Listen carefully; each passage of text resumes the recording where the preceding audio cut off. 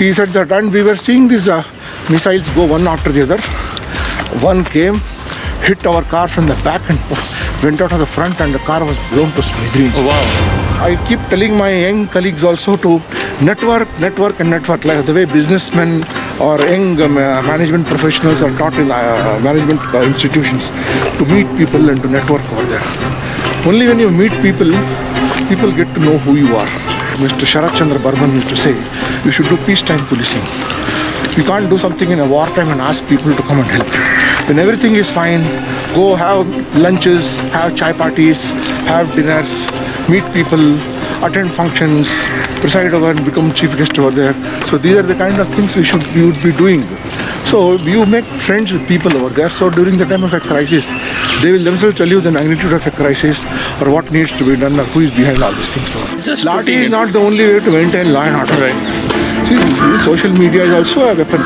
You reach out to people, you make your thoughts, and you bring people on board. And that was a time in which we had to feed abandoned dogs, birds, abandoned cows, abandoned horses. So those were the police went all out to be as empathetic as possible.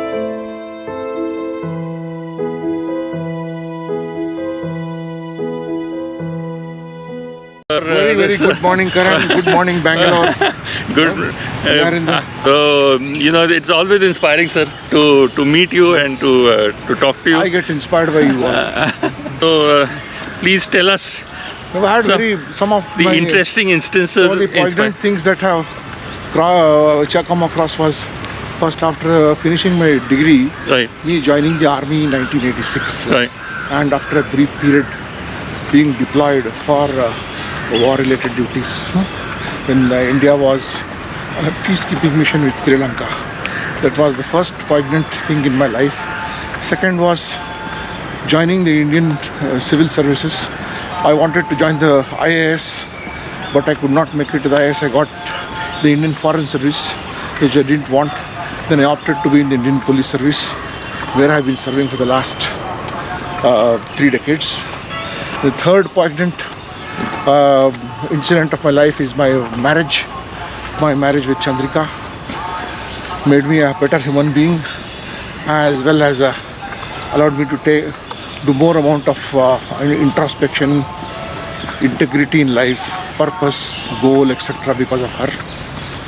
Then being posted as Assistant Superintendent of Police Davangere for the first time as an independent police officer, where I had the opportunity of being a real secular police officer in the midst of a lot of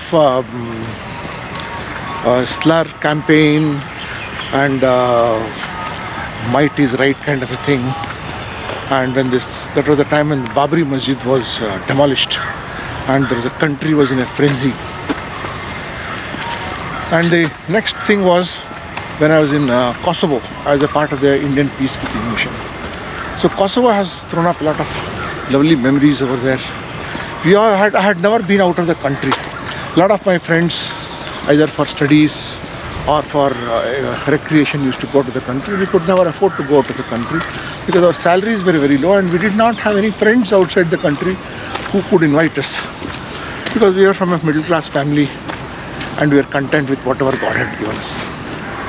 So the first opportunity to go out of the country came in December 99, when I had opted to serve as a part of the peacekeeping mission. It was a very difficult decision because my wife was young, my children were very small, and I had to relocate from Kodagu to Bangalore. But once after having gone, their life was a roller coaster. It was a war-ravaged territory. We were staying in a rented accommodation, and then every day there used to be some kind of an adventure. It used to be either a rocket attack on the house or helicopters hovering on your house. Yeah, wow. Means it was a big apartment building on Mother Teresa Road. Incidentally, Mother Teresa belongs to that place, where we were working. That is in Pristina, in Kosovo. Kosovo, as you know, was a part of the erstwhile Yugoslavia. And it split into 7 zones. and there were ethnic clashes all around, and we were a part of the Government of India's peacekeeping mission there. So 85 police officers were the first part of the UN peacekeeping mission, and when we reached there, we were all divided and put into different places according to our experience and desire as well as our need. So I was a part of the teaching and creation of the Kosovo Police Service. So I used to go from place to place. Creation of the Kosovo Police Kosovo Service. Police Service. So you were involved in creating the police service. Creating the police force. Wow. And of course, there is a large UN mandate, and we had to do it under the UN mandate. In fact, you will be surprised that a lot of things of the Kosovo Police Service manual, I have taken it out from the Karnataka Police manual over there. Some of them, because we had to do it in great hurry, and we had to show results very fast to the United Nations overseeing committee. There we used to have a lot of interesting encounters. Means, since we were alone, there is nothing like going home on time or eating food on time, or there is no wife and children to be waiting at home. So we used to be horribly adventurous, and small things which used to think as small encounters, when you look back, looked as if they were all life endangering encounters. Wow. Once when I was returning from Mitrovica along with my interpreter, we didn't have any drivers like the luxury we have over here. So the luxury I had was an interpreter, and I was carrying my own equipment, my OHP projector, my OHP, and my laptop, etc.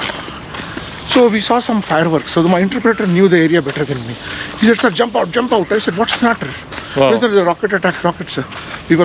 Somebody is chasing someone, and we shouldn't get caught in the crossfire out there. So I just pulled over. It was a Toyota 4x4. It was a Toyota 4x4. And then when I jumped, he said, "No, don't go very, very far away, because the area is mined on the other side over there." Wow. Oh my God, this is a... And the temperature was minus 10 degrees centigrade also. Minus 10? Minus 10 degrees centigrade over there. So he said that, and we were seeing these missiles go one after the other. One came, hit our car from the back and went out of the front, and the car was blown to smithereens. Oh, wow. So he said, "My God, thank God, we just had a huge encounter. Probably if we had been foolish enough to be sitting inside the car, we would have all become history by now." That was an instance over there. And the Kosovo Electrona was bombed. The Kosovo Electrona means the electricity supply to Kosovo. That was bombed. And then helicopters hovering around, chasing people. So means you could literally see some kind of a Second World War movie or a war fiction movie which we are accustomed to seeing in these American movies, right happening in front of us. There wouldn't be any water at home. Toilets wouldn't work. So we have to go to office. We only used to come home to sleep. And water was only soda water, not the normal water over there. And food was only bread and bananas for vegetarians. Wow. Bread, bananas, and potatoes and carrot. So, and milk would come from Hungary. Hungarian milk used to be there over there.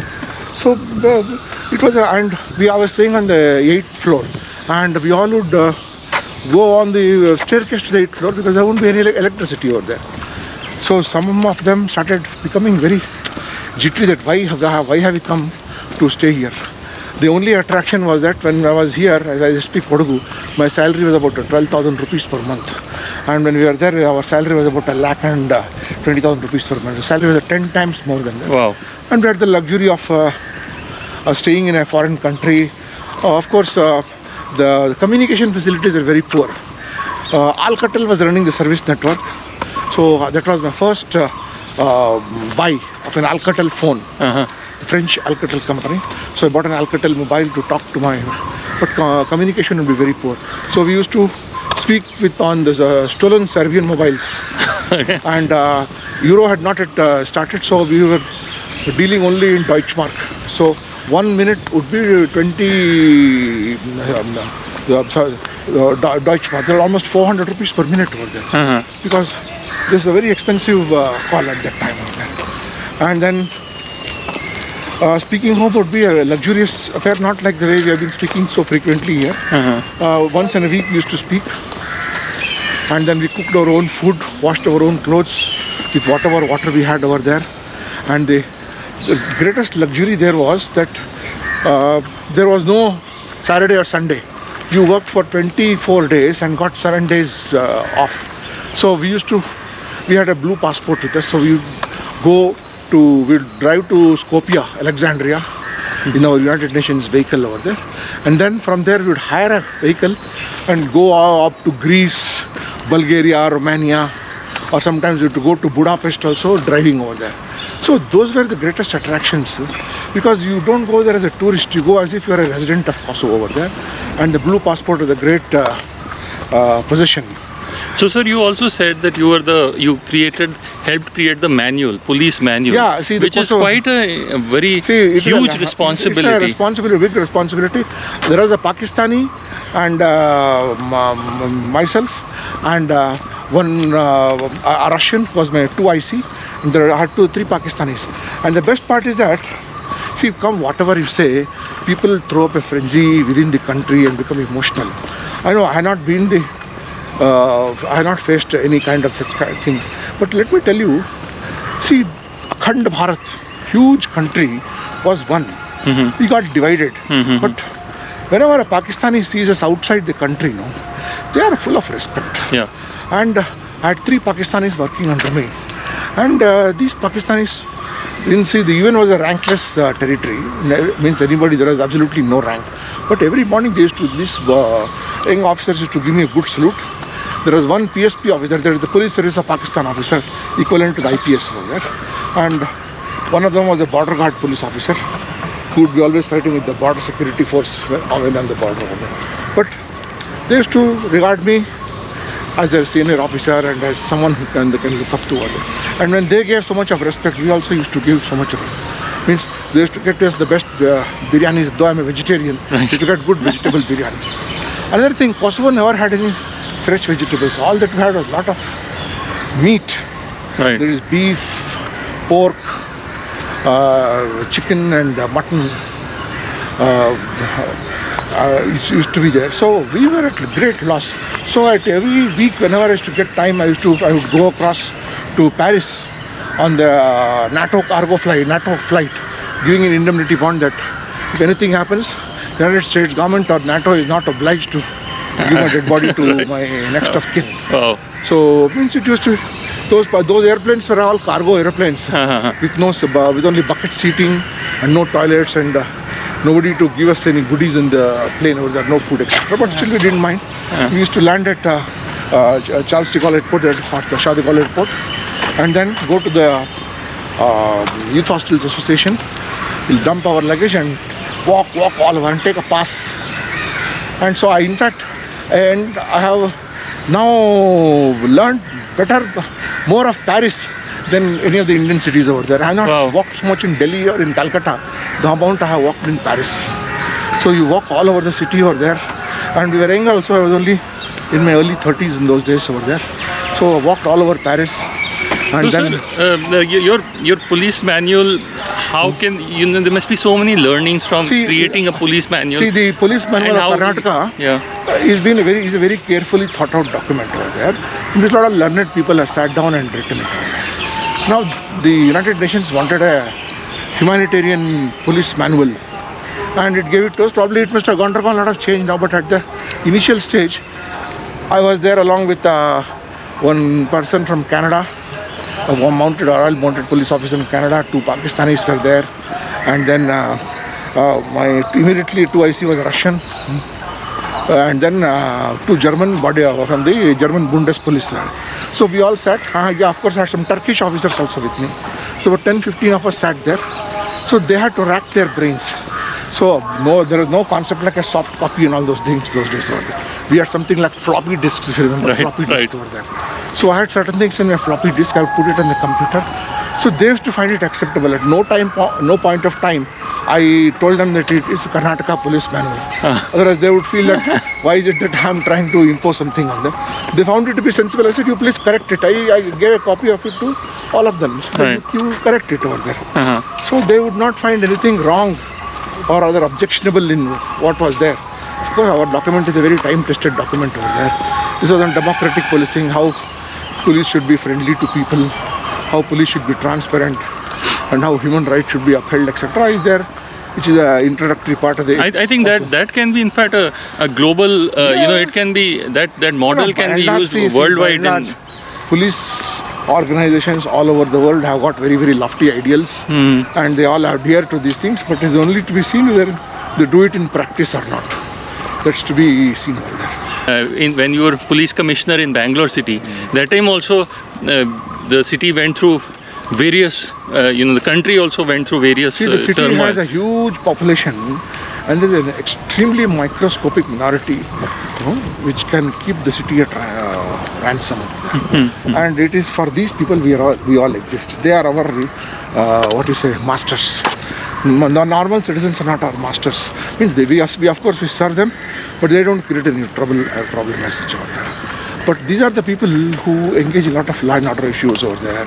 The profiteer, they profit out of looting, plundering, and they whip up So emotional how do you passions. what were your principles which See, you other should keep people talking. can? See, what I say here is what our gurus or the erstwhile police officers under whom I learned.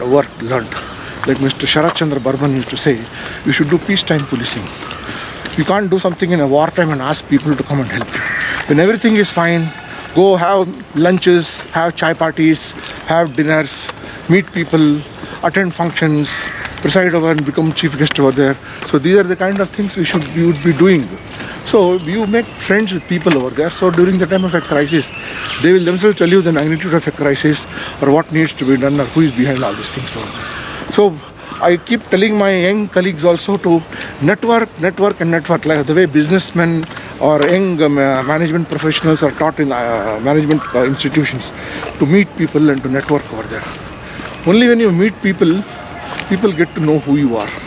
Otherwise, police officers are so isolated that people think that it's better to keep away from a police officer. So when you're friendly and approachable, same thing, whether it is Davangere or that is Bangalore city over there, people came to my rescue. It is not that I use some police force to control the crowd and all those things. Absolutely. It would have been a very unfortunate thought if we thought that only police can do everything. Police cannot do everything over there. So, like Winston Churchill said that war is too serious a business to be left only to the army. Right. So similarly, law and order is too serious a business to be left only to the police department. You need lot of support from the civil society, Right. Then media, now social media, and This I have so you've been the most popular on social media with no, I have just done my duty. No, you really connect. It's not just Lathi putting is it. not the only way to maintain law and order. Right. See, social media is also a weapon. You reach out to people, you make your thoughts, and you bring people on board. So that's how we. Even as police commissioner, I think people could speak in, and we had very tough time with Corona, the first wave, and Corona was absolutely unheard of. Yeah. And when this responsibility was cast on us, we were amused. What is police department doing with a health-related subject? Right. But by and by, our home minister, now has become the chief minister, used to tell him, Bhaskar Rao, don't worry, this will become the home department baby. So finally it became a home department. See what doctors can do inside the hospital. We were doing it outside on the roads over there. Right. And people had to be cajoled, persuaded, convinced to stay indoors and maintain distance, masking. I mean, these are extremely invasive things which we were imposing on the people over there. Right. So people, you had to protest. So we had the legitimacy of being a law enforcement agency, as well as we had the wherewithal to do this also. As well as we had to also ensure that food supplies reach the shops so that there is no black marketing or artificial shortages, etc. over there. So it was a huge learning experience for me as well as my younger colleagues also. And that was the time when we were able to reach out to people on a non-law and order issues over there. We utilized our hoislas as ambulances to send people to hospitals. And every day, my DCP command center, Isha, would tell her people to call up 1,000 people because they have a database of people. Commissioner of Police desires to know how you are. Do you need anything? Do you have food? Do you need any medical help? Because maids and drivers are out of bounds. Right. I used to get calls throughout the night from people from all over the country whose parents would be here staying alone, saying that my mother is alone, my father is alone, no maid is not been coming, driver is not there, she has nothing to eat. So we had kept our communication open with food aggregators. I remember you telling me that some of the best cooks were in the police Yeah. station making pastas and Yeah, that was another thing over there. What happened was, see, all these 5-star hotels got closed down, all the eateries were closed. So these people who are non-Karnataka persons from Northeast, North India, they were left jobless and had no trains to go. See, because one of the biggest things was that within 4 hours, the whole country had to be brought to a standstill. right. There was no time for people to recover or no time for people to go back home. So everybody stayed where they were, and we had to be empathetic and we had to utilize their services, and with of course with lot of dignity we had. So these people who were suddenly left jobless, because I had to work 24 bar 7. So police stations were places where we had started giving breakfast, lunch and dinner to our own staff. So we didn't have cooks. They volunteered to come over there, and looking at our facility, we put a shamiana and then some drinking water and some high mast lights over there, opened inquiry counters for people because people had to travel, and people had to go for death, birth, marriages, etc. Right. But life doesn't stop. So that is why life should not stop on important things over there.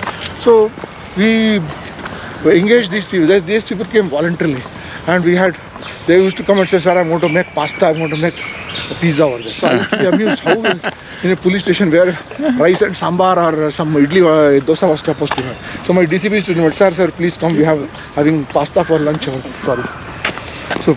So these are the kind of different, never before experiences we had to encounter. And that was a time in which we had to feed abandoned dogs, birds, abandoned cows, abandoned horses. So those are the police went all out to be as empathetic as possible. And then when Corona hit police also, panic started spreading over. Then now my job was to see that panic doesn't spread over. Yeah. So we had to reach out to our people, comfort them, and if anybody went to the hospital, some of my very, very bold inspectors put on PPE kits and went to the hospital to comfort these policemen. And when they came out, we celebrated their return. But we had some unfortunate deaths also in the police department. That literally rattled us, and the family members started putting pressure on our staff not to go. Then I took a decision. I don't know if it was good or bad, but today whenever I meet some of my older staff, they stop me and literally hold my hands and thank me. I said anybody above age of 55 years will not be on the any kind of activity. You should just go home. Right. And I told them that if I have sent you home with a condition that you are not going to loiter around anywhere. Right. Because the resistance levels were very low. There is no vaccine. Everybody was praying for a vaccine. So somehow 800 people I had to send them because they were in the age group of 55 and above. So today also when they meet me, they are very. I was myself over 56 years old, 55 years old, whereas Commissioner of Police over there. So you have to put up a fight. Right. A leader can't sort of not only let down his guard, but also have to put up a brave fight despite having all the problems. And there was a very insecure administration which did not know how to react to certain unfortunate events over there. But we had to put up a very, very bold front, create confidence for the government also over there, and create confidence among citizens also, create confidence among our own police personnel, so that we are able to tide over the whole thing with the divine grace and the strength of our training, which we have always said that dhairyam sarvatra sadhanam, that is courage achieves everything. Without losing our courage, we put our best foot forward. And finally, the first wave of Corona started abating, and the more difficult task was the unlockdown. Lockdown was a very easy thing. Just say I am locking down everything. Unlocking the city was an even greater challenge for the government. What should everything be unlocked, or should it be gradual? Even now that remains the challenge. But the biggest thing is people have to wake up now and see that they need to be careful over there. How much can the government do over there? And government also is exhausted. Right. It's exhausted, it's under criticism because the buck stops with the government over there and accusations fly. and governments have changed over there. So that is a time when we all and guard also changes. So some kind of continuity, but the virus continues to remain there. So we could go on and on, but I know you have a very busy day ahead, and always, sir, so inspiring, so such a learning. Because faith is the citizens of Bangalore never said die attitude. People helped us sitting at home. They helped us. They used to make calls. Some of them used to come across. The city is, I'm saying, the best city. I love this city, and I just had nothing but to say thank you so much, Bangalore, for having stood by us during a very, very difficult time. I know how bodies had to be sent for cremations without their kith and kin. People would be in hospitals with nobody to even see them, and people were dying on neighboring beds, and these people had to be given courage. And the kind of mental health problem the medical fraternity was facing. So finally, we used to get calls at all odd times. Very, very rich and influential people with all the money wouldn't be able to get a bed, wouldn't be able to get oxygen, and that was the time when some intervention had to be done. So it was a huge learning experience. So that was our wonderful conversation with Thanks, Sir Karan, Bhaskar Rao, you've always sir. been very, And do remember to subscribe to this. Of course, I listen to your conversations today. And thanks for coming out so early in the morning, because I know during the day it's very difficult to speak so freely because phone calls or visitors are always around over there. So thank you so much, sir. So much. Pleasure Thank you. talking to you. Bye-bye. Thank you.